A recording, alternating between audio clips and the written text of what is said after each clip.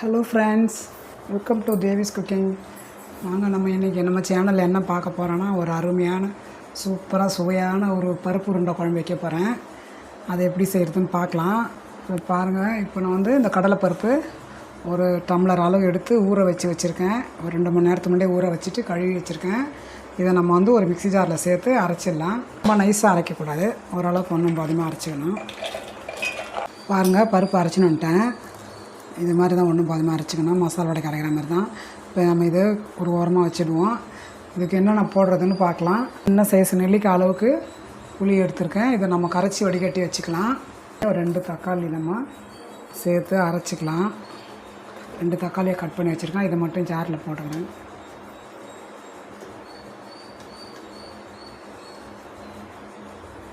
இது கூடவே ஒரு 2 சில்லு தேங்காய், கொஞ்சமாக சோம்பு சேர்த்து அழகாக அரைச்சிடலாம். அதாவது நம்ம கடாயில் 2 கரண்டி எண்ணெய் ஊற்றிக்கலாம், 2 குழி கரண்டி அளவுக்கு. கடுகு ஒரு 1/4 ஸ்பூன் போட்டுடலாம். கடுகு பொரிஞ்சிச்சு. பூண்டு பாருங்கள், ஒரு 10 பல்லு உரித்து வச்சுருக்கேன். நம்ம அதை இப்போ போட்டுடலாம். பூண்டு செவந்துச்சு. இப்போ நம்ம வெங்காயமும் கருவேப்பிலையும் இதில் போட்டுடலாம்.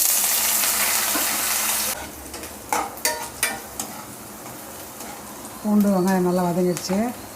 இப்போ நம்ம அதில் தக்காளி அரைச்சாலே அதில் சேர்த்துக்கலாம். தக்காளியில் போட்டுக்கலாம்.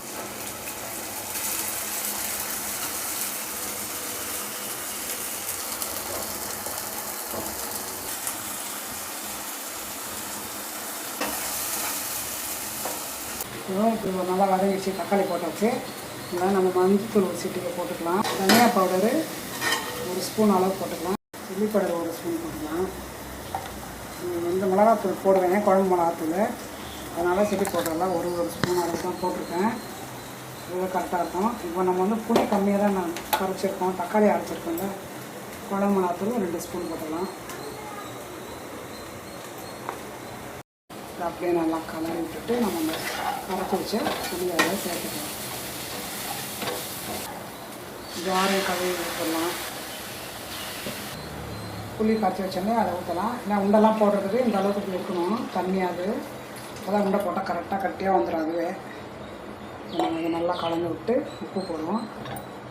உப்பு இந்த அளவுக்கு போட்டுக்கலாம். இது குழம்புக்கு, கடலை மாவுக்கு அதுக்கு தனியாக கொஞ்சம் அதை உருண்டைக்கு தனியாக போட்டுக்கலாம். உப்பெல்லாம் கலந்துட்டு நம்ம டேஸ்ட் பார்க்கணும் இப்போவே. அப்போ தான் உப்பு கம்மியாக இருந்தாலும் போட்டுக்கலாம், காரம் கம்மியாக இருந்தாலும் போட்டுக்கலாம். இது அப்படியே கொதிக்கட்டும். இப்போ நம்ம அந்த மாவு உருண்டையை நம்ம அதில் என்னென்ன போடணுன்னு பார்த்து போட்டு கலந்துக்கலாம். இது பாருங்கள், அரைச்சி வச்சுட்டு இந்த அளவுக்கு இருக்குது. சொரப்பாக தான் அரைச்சிருக்கேன். இதில் நம்ம ஒரு பெரிய வெங்காயம், பச்சை மிளகாய் 2, கொத்தமல்லி, கருவேப்பிலை இது எல்லாம் போட்டுக்கலாம். இதில் இஞ்சி பூண்டு பேஸ்ட்டு, சோம்பு ஒரு 1/4 ஸ்பூன் அளவுக்கு, சால்ட்டு போட்டுக்கலாம். இதுக்கு பாருங்கள், சின்ன ஸ்பூன் தான். இந்த மாவுக்கு இந்த அளவுக்கு உப்பு போதும். போட்டாச்சு. இப்போ நம்ம இதை அப்படியே கலந்து வச்சிடலாம். இந்த மாதிரி இது செஞ்சு பாருங்கள். இதை நம்ம எடுத்து தனியாக வச்சிடலாம். பாருங்கள், நல்லா கொதிச்சிடுச்சு குழம்பு. இப்போ நம்ம இதில் இந்த உருண்டையை உருட்டி போடலாம். நம்ம பிசைஞ்சு வச்சுருக்கோம் இல்லையா, அந்த உருண்டையை சின்னதாக பால் மாரி உருட்டி போட்டுக்கலாம். ஸ்டவ் கொஞ்சம் ஸ்லோவாக வச்சிடலாம். இந்த அளவுக்கு உருட்டி போட்டுற வேண்டியதான். அதுவே உருண்டை வெந்த உடனே பெருசாக இருக்க மாதிரி தெரியும். இதுலேயே உப்பு, இஞ்சி பூண்டு வாசனை எல்லாம் இந்த குழம்பு இது மாதிரி வச்சா இன்னும் அருமையாக இருக்கும்.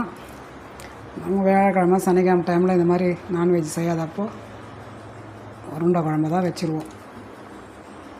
போட்டாச்சு. இப்போ நம்ம இது கொஞ்சம் ஃபாஸ்ட் கூட வச்சுக்கலாம். நல்லா கொதித்து உருண்டை வேகட்டும், மூடி வச்சிடலாம். கொஞ்சம் நேரம் கழித்து நம்ம திருப்பி விடலாங்க. பாருங்கள், நல்லா அழகாக கொதிக்குது சலன்னு. நம்ம அப்படியே கொஞ்சம் எடுத்து விடுவோம். ஏன்னா கடலைப்பருப்புன்றதுனால பிடிக்காமல் இருக்கிறதுக்கு இந்த எடுத்து துழி விட்டுட்டோம்னா நல்லா 4 சைடு வெந்துடும். ஆனால் இன்னும் கொஞ்சம் நேரம் நம்ம ஒரு 5 நிமிஷமாவது வேகணும். சிம்மில் வச்சு கூட வேக வைக்கலாம். வேக வச்சிட்டோம்னா குழம்பு திக்னஸ் ரொம்ப திக்காக இடலைன்னா கொஞ்சம் நேரம் வேகட்டும். நம்ம அப்புறமா இப்போ திறந்து பார்க்கலாம். இப்போதைக்கு கொஞ்ச நேரம் மூடி வச்சிட்றேன்.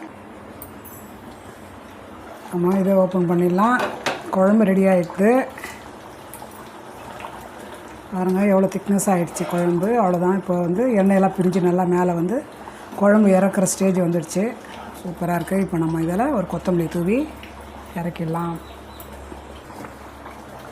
நம்ம ஸ்டவ் ஆஃப் பண்ணிவிட்டு நம்ம பரிமாற வேண்டியதுதான்.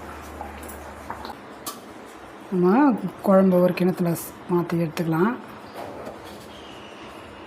பாருங்கள், சூப்பராக இருக்குது. இந்த மாதிரி நீங்களும் உங்கள் வீட்டில் செய்து பாருங்கள். இதே மெத்தடில் செய்யுங்க, அருமையாக இருக்கும். உங்களுக்கு இந்த வீடியோ பிடிச்சிருந்தால் லைக் பண்ணுங்கள், ஷேர் பண்ணுங்கள், சப்ஸ்கிரைப் பண்ணுங்கள், ஃப்ரெண்ட்ஸுக்கும் ஷேர் பண்ணுங்கள். நெக்ஸ்ட் வீடியோவில் சந்திப்போம். பாய்.